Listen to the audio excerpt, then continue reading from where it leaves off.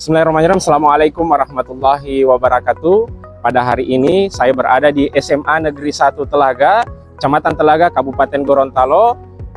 Serangkaian dengan kegiatan Lokakarya kedua, Pendidikan Guru Penggerak Angkatan 8 Kabupaten Gorontalo. Adapun tema dari Lokakarya kedua ini adalah visi untuk perubahan lingkungan belajar. Terima kasih. Wassalamualaikum warahmatullahi wabarakatuh.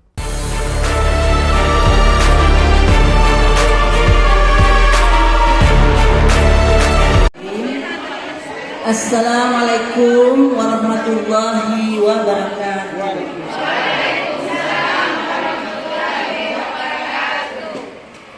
Yang saya hormati Bapak Kepala BGP Provinsi Gorontalo yang diwakili oleh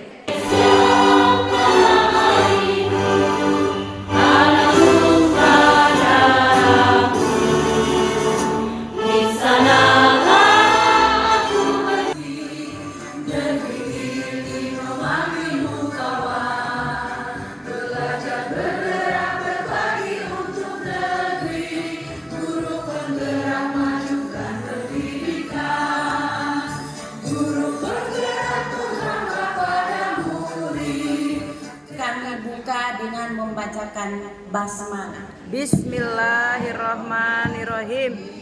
Demikian sambutan yang sesingkat ini. Mohon maaf apabila ada kekurangan. Wabillahi taufiq wal hidayah. Wassalamualaikum warahmatullahi wabarakatuh.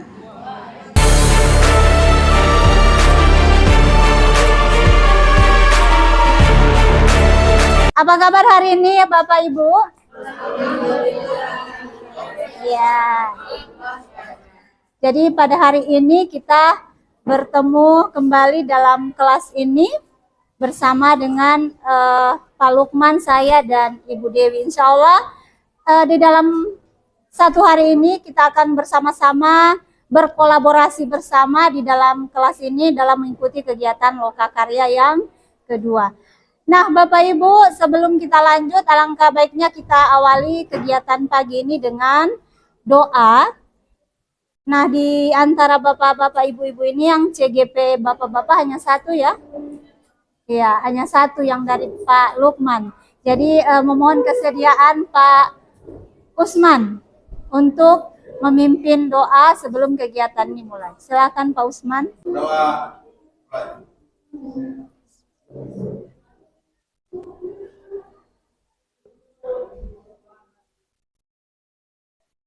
Doa selesai.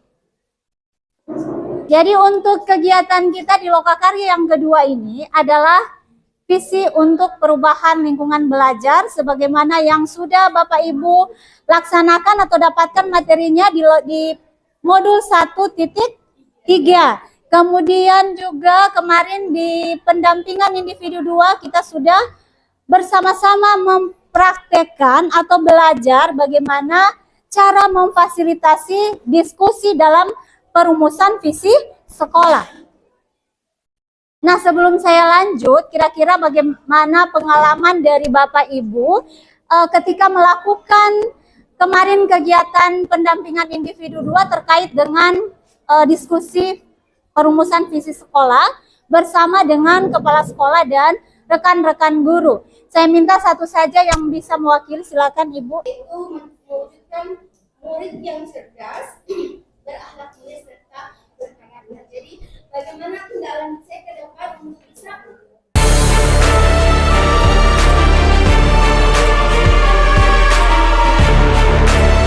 Nah, seperti biasa kita akan membuat dulu kesepakatan kelas. Silakan. Yang kelima, menghargai pendapat. Yang keenam, masuk kelas tepat waktu. Dan yang terakhir, saat belajar tidak bisa bermain HP.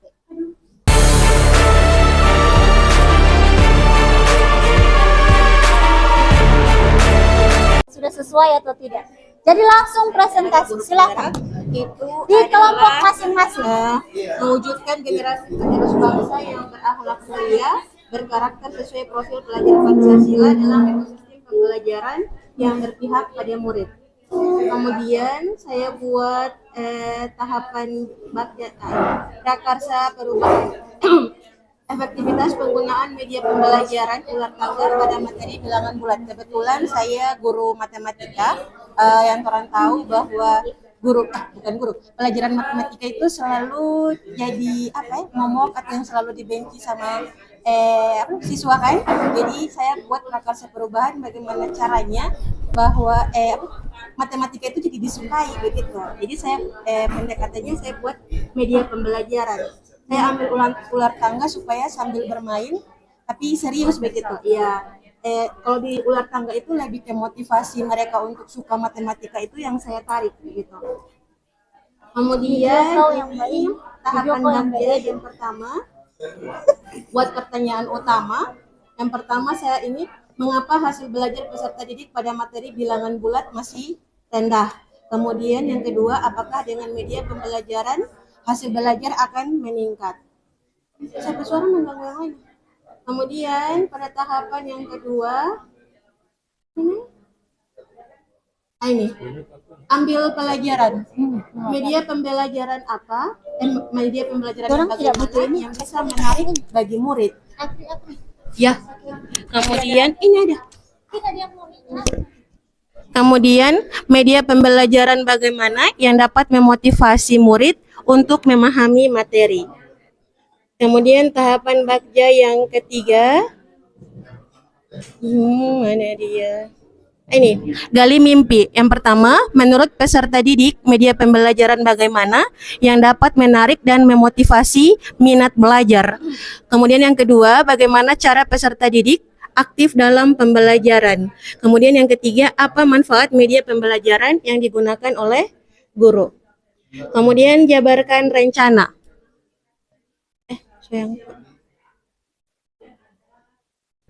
Iya betul. Jabarkan rencana. Yang pertama, media pembelajaran apa yang tepat dengan materi bilangan bulat. Kemudian yang kedua, tahapan-tahapan apa yang akan dilakukan untuk membuat media pembelajaran yang dipilih. Kemudian yang ketiga, kapan media tersebut akan dibuat. Sudah ya? Atur eksekusi. Tahapan yang terakhir. Yang pertama pertanyaannya adalah siapa yang akan terlibat dalam pembuatan media pembelajaran tersebut. Kemudian bagaimana keaktifan dan motivasi peserta didik dalam kegiatan pembelajaran yang dirancang. Kemudian yang ketiga, bagaimana dampak penggunaan media pembelajaran terhadap pelaksanaan pembelajaran, ketercapaian tujuan, dan hasil belajar peserta didik. Yaitu tahapan bagja yang sudah saya buat. Jika ada tanggapan, sanggahan dari teman-teman, kritik yang membangun, dipersilahkan. Terima kasih, boleh gitu.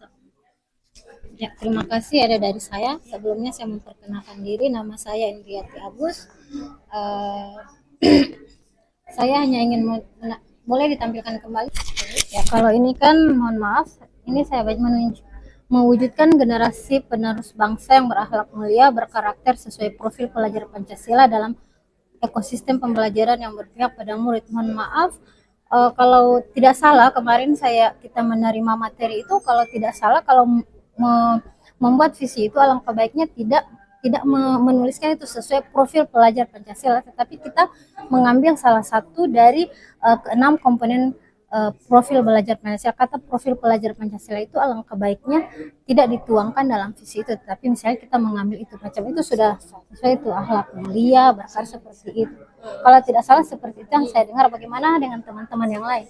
Hanya mau menambahkan saja bahwa dimana merumuskan sebuah visi itu hanya tidak harus keenam bagian profil itu yang dituangkan, tapi memilih salah satu saja yang lebih spesifik saja, atau satu atau dua ya, untuk yang dimana itu merupakan sebuah kekuatan atau tantangan yang ada di sekolah ibu yang bisa ibu lakukan perubahan seperti itu ya. Dan visi ibu sudah sangat luar biasa, sudah sangat membangun ya untuk perubahan ke depan, dan itu akan menjadi sebuah motivasi, dan mungkin akan banyak yang akan mendapatkan sebuah rumusan atau perubahan yang akan ibu ciptakan ke depan. Ya, sekian dan terima kasih.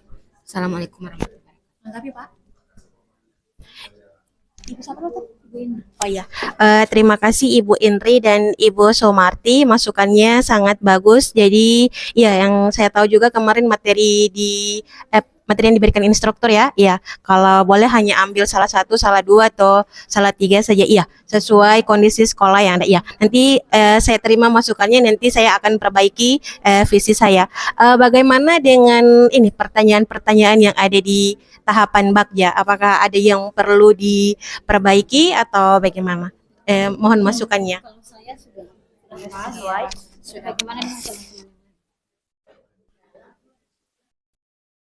Visinya adalah mewujudkan peserta didik yang berintak, mandiri, dan berbudi pekerti. Pernyataan prakarsa perubahannya adalah terwujudnya peserta didik yang mandiri. Buat pertanyaan. Pertanyaannya adalah apa yang harus dilakukan untuk meningkatkan kemandirian peserta didik. Yang kedua, bagaimana cara mewujudkan kemandirian peserta didik.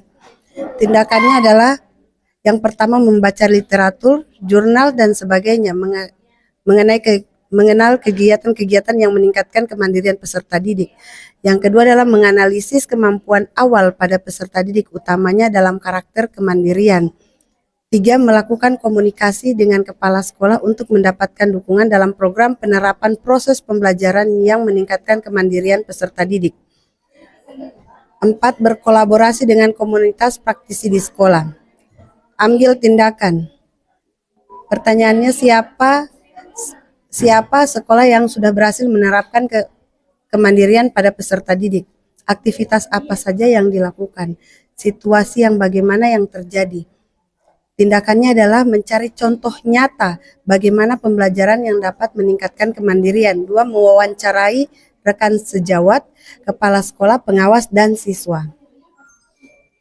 Gali mimpi. Pertanyaan 1. Apakah kebiasaan-kebiasaan baru yang nantinya akan terjadi ketika kemandirian peserta didik sudah nampak dengan baik?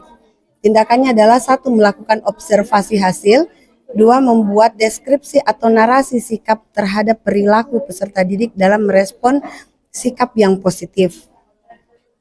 Jabarkan rencana. Apakah kebiasaan-kebiasaan baru yang nantinya akan terjadi ketika kemandirian peserta didik sudah nampak dengan baik? Tindakannya adalah melakukan observasi hasil. 2. Membuat deskripsi atau narasi sikap terhadap perilaku peserta didik dalam merespon sikap yang positif. Atur eksekusi. Pertanyaan 1. Apakah kebiasaan-kebiasaan baru yang nantinya akan terjadi ketika kemandirian peserta didik sudah nampak dengan baik? Tindakannya adalah 1. Melakukan observasi hasil. 2. Membuat deskripsi atau narasi sikap terhadap perilaku peserta didik dalam merespon sikap positif. Terima kasih. Pertanyaannya tadi sama dengan Bapak. Saya juga tadi mau menanyakan bagaimana penerapannya Ibu ke siswa itu untuk menimbulkan siswa itu supaya mereka lebih mandiri lagi di sekolah.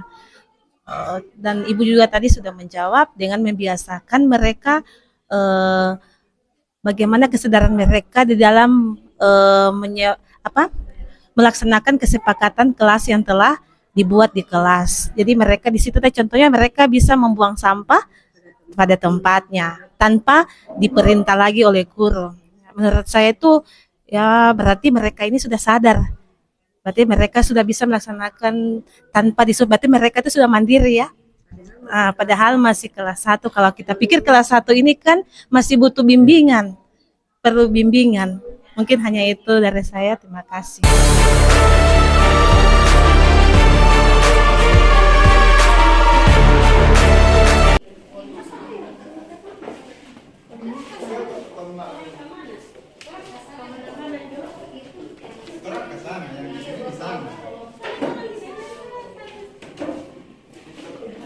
Enggak, daun salam.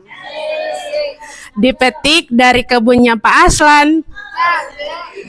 Saya ucapkan salam, mohon dijawab dengan ikhlas. Assalamualaikum warahmatullahi wabarakatuh. Iya, terima kasih Bapak Ibu pengajar praktik atas kesempatannya. saya mendapatkan kesempatan untuk memaparkan hasil penyampaian penerapan disiplin positif di sekolah. Nah, di sini saya menuangkan 2 budaya positif yang nantinya akan saya terapkan di sekolah. Yang pertama itu saya ingin agar seluruh guru di sekolah saya itu membuat sebuah kesepakatan kelas yang di kelasnya masing-masing, karena dari kegiatan MPLS kemarin saya di sekolah di SDN 21, saya melihat teman-teman itu masih banyak yang belum membuat keyakinan kelas. Jadi saya akan menghimbau kepada teman-teman tetap harus membuat keyakinan kelas dan kemudian direkam dan diposting sehingga ini akan menjadi sebuah jejak digital untuk sekolah kita. Nah, langkah yang akan saya lakukan yaitu utamanya harus berdiskusi dengan kepala sekolah terlebih dahulu. Kemudian saya mengajak teman-teman untuk membuka forum diskusi di ruang Dewan Guru terkait bagaimana cara langkah-langkah kita membuat keyakinan kelas dan nantinya akan diterapkan di kelas juga. Kemudian budaya positif yang kedua itu rencananya saya akan membuat sebuah rencana yaitu buku penghubung orang tua terkait dengan disiplin positif yang dilakukan siswa di rumahnya. Jadi pemikiran saya ketika siswa itu disiplin di rumah, sikap tersebut akan terbawa ke sekolah. Jadi budaya positif yang akan saya lakukan itu selain ada di sekolah, ada juga di rumah dengan bantuan orang tua siswa. Bagaimana caranya? Saya akan merancang sebuah buku jurnal kegiatan harian siswa di rumah dan itu akan dipantau langsung oleh orang tua. Kemudian karena siswa saya itu kelas 2 SD, jadi siswa bisa berkolaborasi dengan orang tua. Jadi penerapan budaya positif misalnya bangun pagi siswa merapikan tempat tidur, kemudian pulang sekolah siswa mengatur pakaiannya, meletakkan pakaian kotor di tempat yang seharusnya. Kemudian siswa melakukan membantu orang tua menyapu atau mencuci piring. Jadi budaya-budaya positif yang diterapkan di rumah itu bisa akan terbawa juga ke sekolah yang tentunya akan merujuk ke keyakinan kelas yang telah kita buat. Kemudian penerapan budaya positif ini akan saya ajak kerjasama antara seluruh pihak sekolah, baik itu kepala sekolah, guru, siswa maupun orang tua, dengan harapan karakter disiplin dengan penerapan budaya positif kepada siswa itu akan berjalan dengan maksimal sesuai juga dengan visi dari prakarsa perubahan yang telah saya buat, yaitu terwujudnya siswa yang religius dan berkarakter baik. Sekian, terima kasih. Wassalamualaikum warahmatullahi wabarakatuh.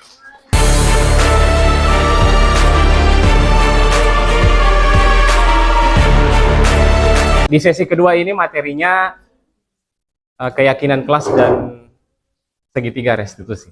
Nah, tujuan dari sesi ini adalah calon guru penggerak dapat menjelaskan kembali pemahaman materi keyakinan kelas dan segitiga restitusi. Nah, keyakinan kelas ini diperoleh di modul 1.4 yaitu disiplin positif. Nah, sebelum masuk ke dalam keyakinan kelas, saya ingin menggali pemahaman dari Ibu Bapak sekalian yang sudah mendapatkan modul 1.4 di LMS. Nah, yang pertama, mengapa harus keyakinan kelas namanya? Kenapa bukan peraturan kelas saja? Kalau menurut saya, keyakinan kelas kita ketahui bahwa keyakinan itu adalah kepercayaan, percaya. Berarti kita antara kita dan murid itu percaya bahwa apa yang harus kita lakukan di dalam kelas itu sama-sama senang, tidak dalam satu pihak, tetapi antara guru dan murid itu dia berkolaborasi. Kita saling percaya. Jadi kalau kepercayaan itu timbul dari dalam diri kita, berarti akan muncul satu motivasi intrinsik. Terima kasih. Nah, yang kedua, mengapa adanya keyakinan kelas penting untuk terbentuknya sebuah budaya positif? Seperti kita ketahui bersama bahwa keyakinan kelas itu kan dibuat bersama antara guru dan siswa. Nah, di sini siswa itu akan mempertanggungjawabkan apa yang telah mereka sepakati. Misalnya si A dia menulis bahwa keyakinan kelasnya adalah tidak boleh datang tepat waktu. Maka dengan sendirinya kebiasaan positif untuk datang tepat waktu itu pada dirinya akan tertanam karena dia mengingat bahwa itu adalah keyakinan kelas yang dia buat. Atau misalnya lagi teman yang lainnya menulis keyakinan kelas membuat tugas tepat waktu, maka akan dengan sendirinya dia akan mengingat apa yang telah dia tulis dalam keyakinan kelas, dan itu akan menjadi sebuah budaya positif untuk dirinya sendiri dan untuk teman-teman, karena mereka nantinya akan saling mengingatkan. Karena sudah saya buat di kelas saya ya, pada waktu LMPS itu anak-anak membuat keyakinan kelas, dan ketika ada siswa yang melanggar maka mereka saling mengingatkan, itu kan tidak boleh, itu keyakinan kelas yang telah kita buat kemarin, tidak boleh gaduh dalam kelas seperti itu. Jadi akan sendirinya, dengan sendirinya budaya-budaya positif itu akan tertanam dan akan menjadi kebiasaan murid di dalam kelas. Terima kasih. Yang ketiga Bapak Ibu, bagaimana mewujudkan sebuah keyakinan kelas yang efektif? Terima kasih ya, saya SMA, kebetulan di sini SMA cuma satu, ada lagi teman SMK. Jadi bagaimana mewujudkan sebuah keyakinan kelas yang efektif? Di sini kemarin saya menerapkannya di kelas. Jadi kita berdiskusi dengan siswa. Kalau siswa SMA kan dia sudah paham betul. Jadi apa yang mereka inginkan didiskusikan bersama dalam kelas menjadi sebuah kesepakatan. Dan itu nanti supaya diingat terus akan ditempel seperti yang sini ya. Kayak keyakinan kelas. Jadi itu dilihat terus. Seperti apa yang diinginkan dicita-citakan itu ditempel. Jadi mereka bisa lihat dan mereka selalu melihat itu. Kalau membuat pelanggaran maka mereka akan sadar diri sendiri. Tanpa harus diingatkan. Jadi kesadaran itu memang benar-benar dari diri dalam mereka sendiri, seperti itu. Terima kasih. Yang pertama, keyakinan kelas dan peraturan kelas adalah hal yang sama. Benar, betul atau salah?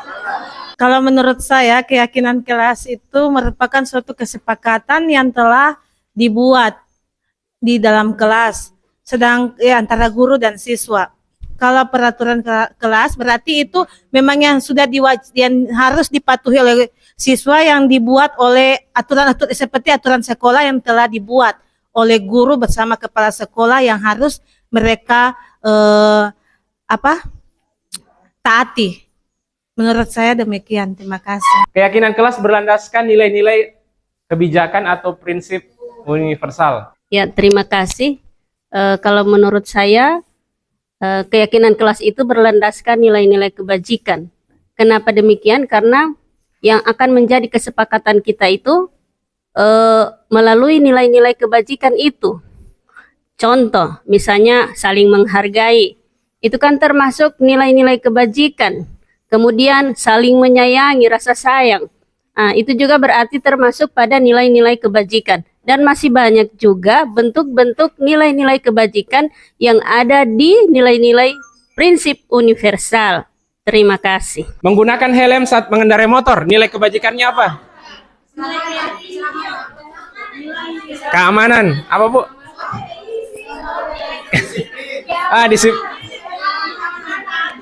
Keselamatan, keamanan, disiplin. Peranan kedua katanya. Ayo. Peran dulu katanya. Dari kelompok sini peran, dari kelompoknya Ibu peran juga. Ini juga peran ya. Jadi dikunci yang ini ya. Berdiskusi memunculkan peraturan-peraturan yang perlu ditaati oleh warga kelas. Yang kedua, mengubah peraturan-peraturan menjadi kalimat yang lebih positif. Yang ketiga, menyarikan peraturan-peraturan menjadi nilai kebajikan atau keyakinan kelas. Yang keempat, berdiskusi mengenai gambaran perilaku yang mencerminkan keyakinan kelas. Yang kelima, berdiskusi mengenai peran seluruh warga kelas. Dan yang terakhir, meninjau. Peraturan ini yang akan digunakan untuk bagian-bagian berikutnya dari praktek keyakinan kelas ini. Ini baru bagian pertama, jadi mungkin akan digunakan lagi ke bagian bertindak sebagai guru, yang lainnya sebagai murid, ya. Tapi muridnya juga jangan murid yang ini ya, yang berpotensi mengganggu jalannya diskusi, ya. Oke. Selebihnya akan menjadi observer.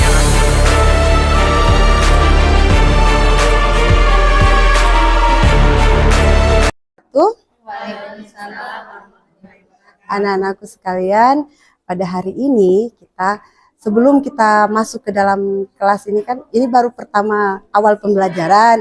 Jadi sebelum masuk itu kita akan membuat peraturan kelas ya. Nanti kita buat peraturan kelas, untuk sabar. Yang pertama peraturan dulu ya. Lantas nanti akan dirubah pada bagian 2. Jadi kita akan buat peraturan kelas yang akan kita sepakati bersama. Jadi Ibu harap nanti anak-anak akan menulis di kertas kira-kira peraturan apa saja yang anak-anak inginkan, yang harus dipatuhi oleh seluruh warga kelas ini ya.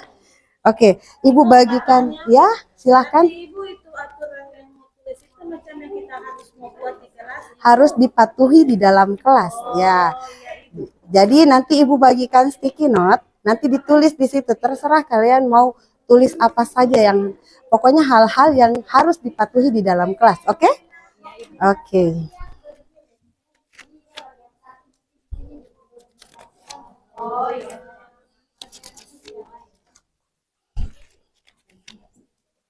Nah, silahkan menulis di sticky note kira-kira apa saja peraturan kelas yang kalian inginkan.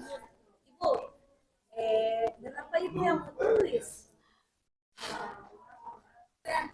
Oke.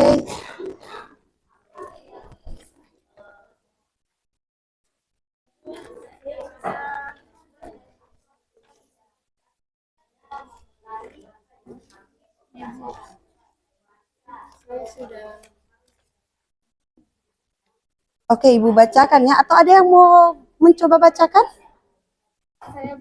Oke. Nah, nanti kalau ada yang double-double di temannya disatukan saja ya. Tidak boleh membuang sampah sembarangan. Berpakaian yang rapi. Tidak makan minum saat proses pembelajaran. Tidak boleh mencontek. Tidak berkata-kata kasar. Mengerjakan tugas tepat waktu. Tidak boleh tidur saat proses pembelajaran. Tidak boleh datang terlambat. Saling menyayangi antar teman. Tidak boleh berkelahi. Tidak boleh bermain waktu belajar. Jika ingin keluar kelas harus minta izin.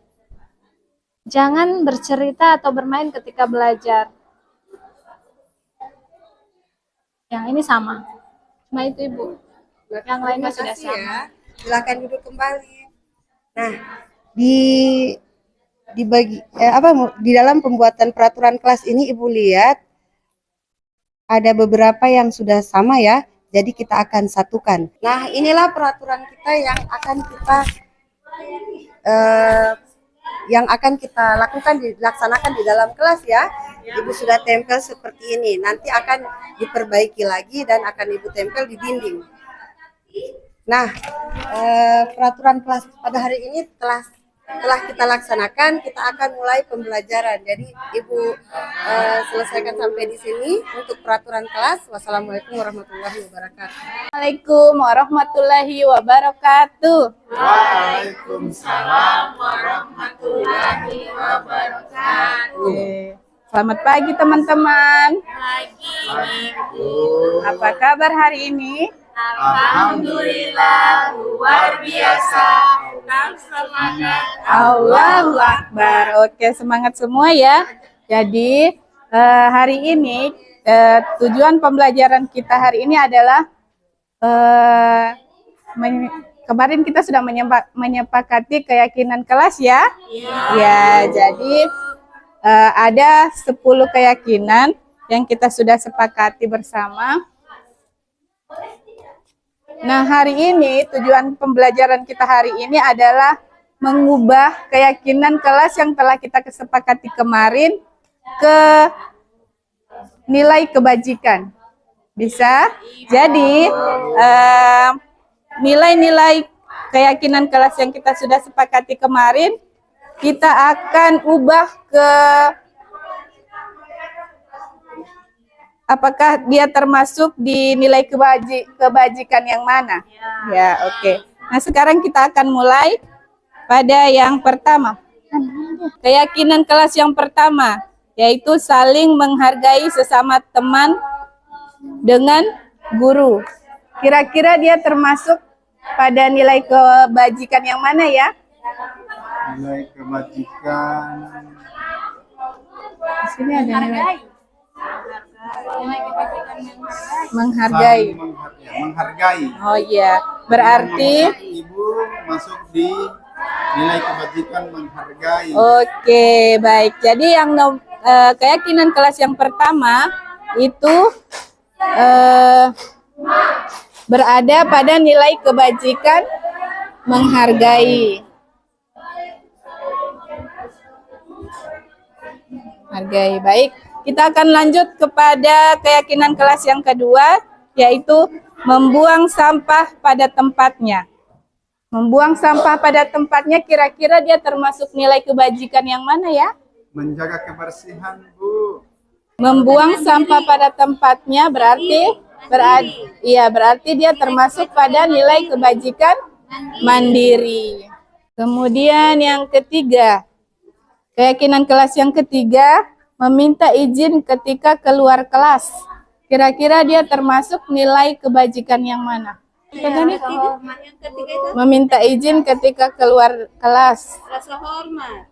Berarti dia termasuk pada rasa hormat. Rasa hormat.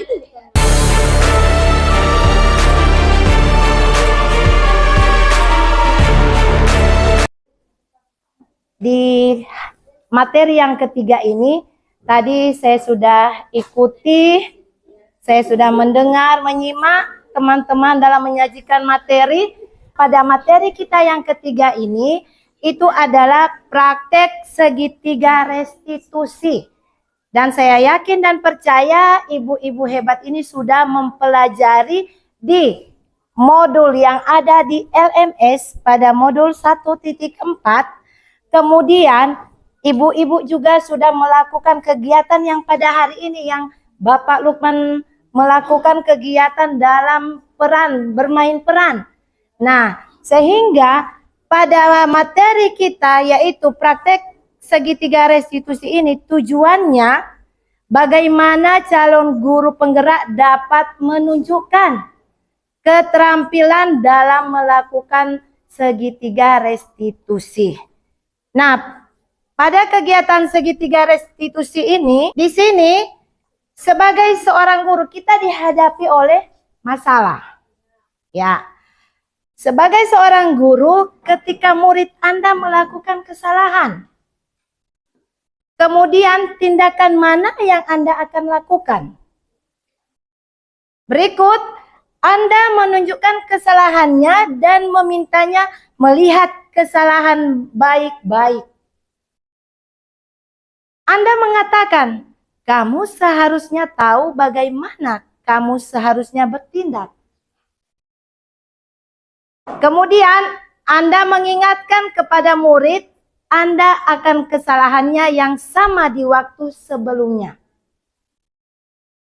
Anda akan bertanya padanya, kenapa kamu melakukan sesuatu yang seharusnya tidak kamu lakukan? Anda akan mengkritik dia dan mendiamkannya. Nah, dari penyampaian ini yang kedua, kalau Anda melakukan tindakan-tindakan di atas, mungkin Anda akan membuat murid Anda merasa menjadi anak yang gagal. Nah, pertanyaan sekarang, bagaimana kita sebaiknya respon kita bila ada murid kita melakukan kesalahan? Bagaimana respon kita? Apakah siswa yang salah itu langsung kita marah-marah? Apakah langsung kita biarkan siswa yang membuat kesalahan itu? Ya, saya rasa teman-teman CGP itu sudah tahu. Apalagi Anda sudah belajar di modul 1.4 tentang bagaimana kasus dalam restitusi ini. Selamat pagi, Bita. Pagi, Bu. Apakah Bita tahu mengapa Ibu mengundang Bita saat ini di tempat ini? Saya tidak tahu, Bu. Oke, Bita.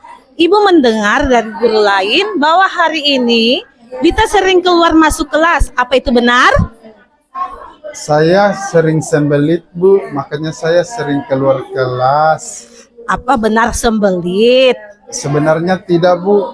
Iya. Cuman itu menjadi alasan saya supaya tidak ikut pembelajarannya Pak Guru. Oh, berarti Bita di sini berbohong. Karena saya tidak suka masuk, Bu. Pembelajarannya tidak mengasihkan, tidak menyenangkan. Oh, seperti itu. Apakah Bita tahu perbuatan Bita itu salah? Salah, Bu. Oke, ya baik Bita, perlu Bita ketahui kita memang manusia pernah melakukan sebuah kesalahan. Ibu pun pernah melakukan kesalahan, bahkan Bita juga pernah melakukan kesalahan. Namun di sini Ibu tidak akan mencari siapa yang salah, tetapi kita akan mencari solusinya bagaimana. Bita masih ingat kesepakatan yang telah kita buat? Ingat, Bu. Coba sebutkan kesepakatan seperti apa yang telah kita buat minggu lalu. Menghormati orang lain atau guru, Bu, ketika berada di dalam kelas. Ya, menghormati dan menghargai orang lain ketika berada di dalam kelas. Apakah Bita merasa sudah menghargai guru yang ada di kelas? Belum, Bu, karena Bita sering keluar pada saat pembelajaran, Bu. Oke, karena Bita sering keluar. Alasannya seperti itu ya, karena Bita karena Bita malas mengikuti pembelajaran, makanya Bita keluar. Ya. Oh ya. Apakah Bita mau melakukan sebuah perubahan? Mau, Bu. Mau. Oke, perubahan seperti apa yang Bita akan lakukan? Bita akan selalu berusaha untuk mengikuti mata pelajaran yang dipelajari pada saat di kelas, Bu, dan Bita tidak akan mengulangi lagi kesalahan yang Bita lakukan sering keluar kelas, Bu. Oke, berarti Bita akan berusaha memperbaiki ya, akan Bu. berusaha mengikuti pembelajaran yang diberikan oleh guru siapapun yang masuk di kelas Bita Bu. ya. Oke, mulai kapan Bita akan melakukan sebuah perubahan tersebut? Insya Allah mulai besok sampai dengan seterusnya, Bu. Oke, bagus. Berarti Bita sudah berjanji akan melakukan perubahan mulai hari ini, ya? Saya sudah berjanji, Bu. Oke, kita tos Bu. dulu, Bita. Terima kasih banyak, Bita. Saya pulang ke kelas dulu, Bu, ya. Terima kasih ya, Bita. Ya. Kira-kira perilaku Ciko tadi meninggalkan teman-teman di kelas sedang bertugas itu sudah betul tidak? Tidak betul, Bu. Iya. Jadi perilaku yang Ciko lakukan tadi tidak baik ya? Iya, Bu. Nah, harusnya Ciko bagaimana? Mengerjakan pekerjaan yang diperintahkan dulu, kemudian pulang. Iya, betul sekali, Ciko. Kalau kita ditugaskan bekerja sama di dalam kelas, harusnya kita juga melakukannya dengan baik. Ciko tadi harusnya Ciko melakukan kerjasama bersama teman-teman. Nah, Ciko kira-kira Ciko masih ingat tidak dengan keyakinan kelas yang kita buat? Ingat, Bu. Iya. Jadi kelakuan yang tadi Ciko lakukan kira-kira selaras tidak dengan kesepakatan yang telah kita buat bersama? Tidak, Bu. Iya. Ciko masih ingat kesepakatan kita? Ya, ingat, Bu. Iya. Coba apa saja, Ciko? Menghormati semua orang dan merit orang lain, kemudian mengerjakan segala pekerjaan atau mengikuti segala kegiatan yang ditugaskan. Nah, yang ketiga, saling menerima satu sama lain dan saling peduli. Ya, betul sekali. Alhamdulillah Ciko masih ingat dengan kesepakatan kelas yang telah kita buat. Nah, kira-kira Ciko tadi sudah menaati kesepakatan kelas yang kita buat tidak? Tidak, Bu. Iya, jadi kira-kira supaya Ciko bisa menaati kesepakatan kelas kita, apa yang harus Ciko lakukan? Mengerjakan pekerjaan yang telah ditugaskan sampai selesai, Bu. Iya, betul Ciko. Nah, Ciko mau tidak berubah menjadi lebih baik? Mau, Bu. Iya, kira-kira kalau Ciko mau berubah jadi lebih baik, Ciko mau mulai perubahan itu sejak kapan? Insya Allah besok, Bu. Besok? Ya. Tidak mulai hari ini? Boleh, hari ini. Iya. Jadi lebih cepat lebih baik ya Ciko. Nah, Ibu berharap Ciko menjadi anak yang taat aturan, menaati keyakinan kelas yang telah kita buat, sehingga Ciko juga bisa menjadi anak yang bertanggung jawab. Oke Ciko? Iya, Bu.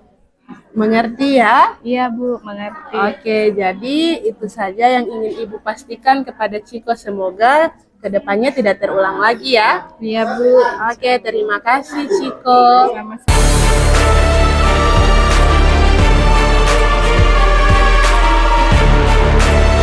Assalamualaikum warahmatullahi wabarakatuh. Ya, yang saya hormati Bapak Ibu pengajar praktik serta teman-teman calon guru penggerak angkatan 8 yang saya banggakan. Pada kesempatan kali ini kelompok kami mendapatkan kesempatan untuk merefleksikan apa saja kegiatan yang telah kita lakukan pada materi segitiga restitusi. Tadi kami telah melakukan kegiatan bermain peran dengan memerankan menjadi seorang guru, siswa, dan ada yang berpihak sebagai observer. Tentunya dengan kasus yang berbeda.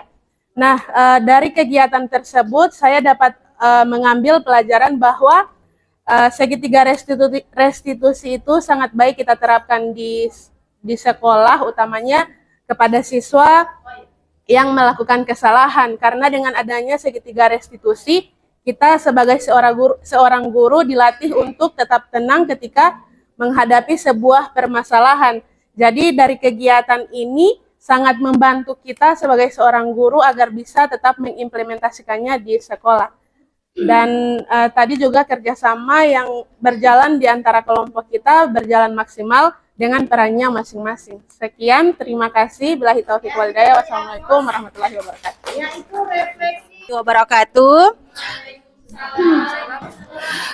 Saya Afrianti Hasan dari kelas 0803 yang pengajar praktiknya Ibu Rahmiati Simon.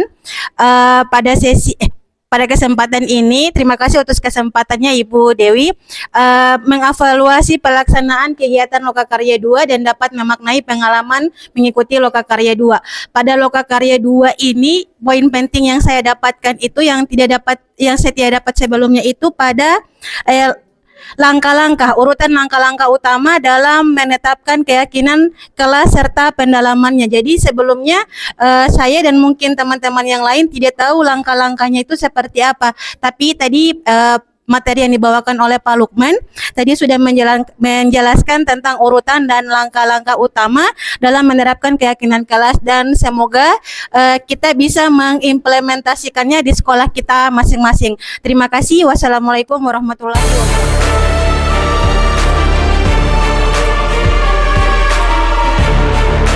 Tangan kanan di atas. Ketika tepuk nyamuk. Oke, ulang, tepuk nyamuk. Nah, perintah selanjutnya ada 2. Tepuk nyamuk, ada 3 ya. Tepuk nyamuk sendiri. Tepuk nyamuk kanan berarti tepuk tangan kanan teman yang di samping. Makanya tadi saya sebaiknya dia apa tadi ya, melingkar. Kita akan melingkar.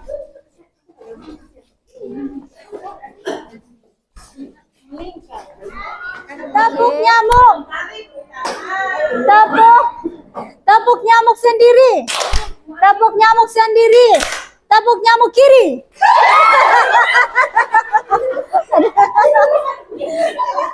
Ada yang kena? Oke, tepuk nyamuk kanan.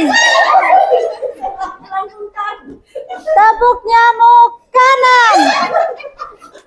Tepuk nyamuk kiri. Oke, terima kasih Bapak Ibu. Silakan. Stop. Putar, stop, putar. Stop.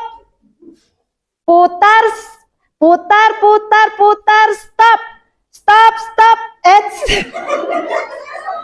Ternyata ada yang tidak konsentrasi. Duduk.